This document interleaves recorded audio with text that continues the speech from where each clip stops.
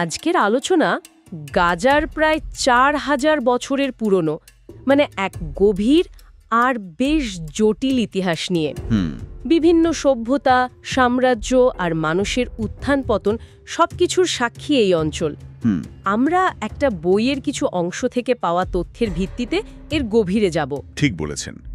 গাজার ইতিহাসটা আসলেই একটা চৌরাস্তার মতো, যেখানে নানা সাম্রাজ্য আর সংস্কৃতির স্রোত এসে মিলেছে বারবার।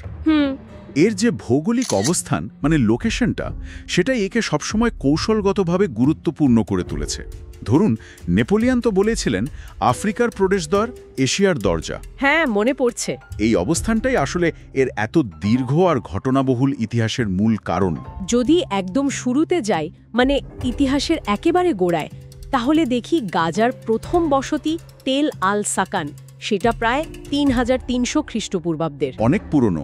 হ্যাঁ, এরপর প্রায় ৩৫০ বছর এটা ছিল প্রাচীন মিশরীয়দের নিয়ন্ত্রণে।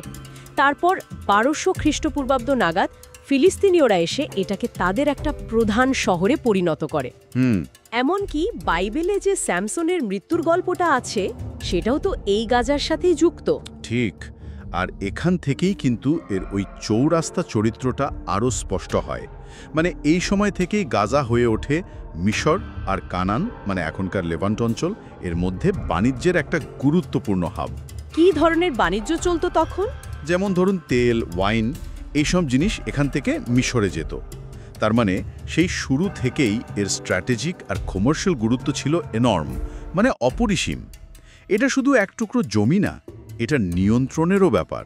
আচ্ছা, এরপর এলো ৩৩২ খ্রিস্টপূর্বাব্দ, আলেকজান্ডার দ্য গ্রেট। হ্যাঁ, এক দীর্ঘ কঠিন অবরোধের পর তিনি শহরটা দখল করেন।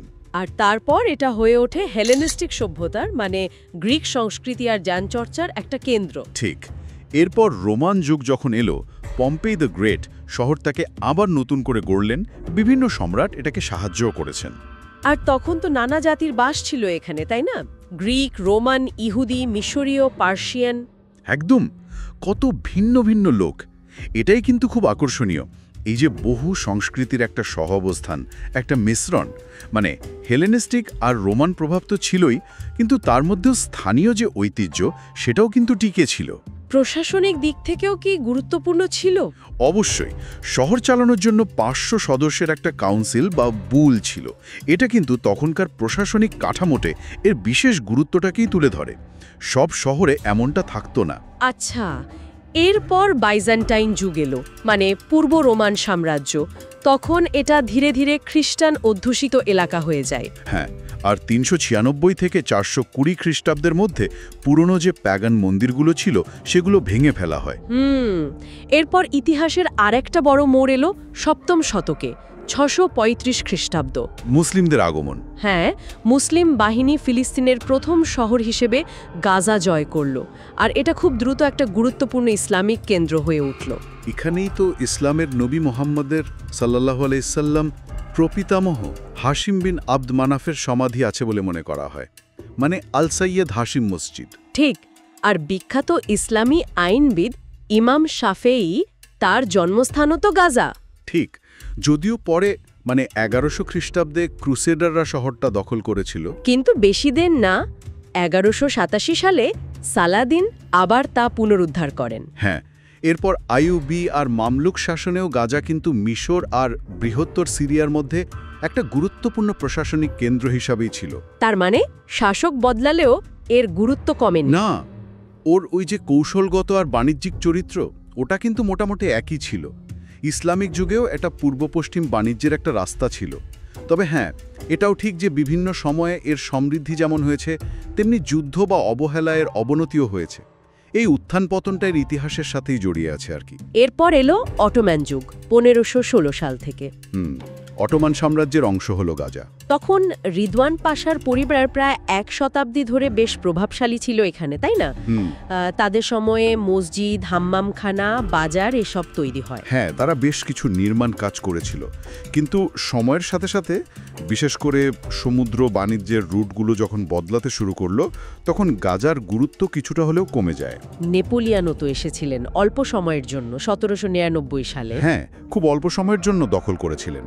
এরপর ১৯ শতকে কিছুকাল মিশরীয় শাসন, তারপর প্রথম বিশ্বযুদ্ধের পর ব্রিটিশ শাসন।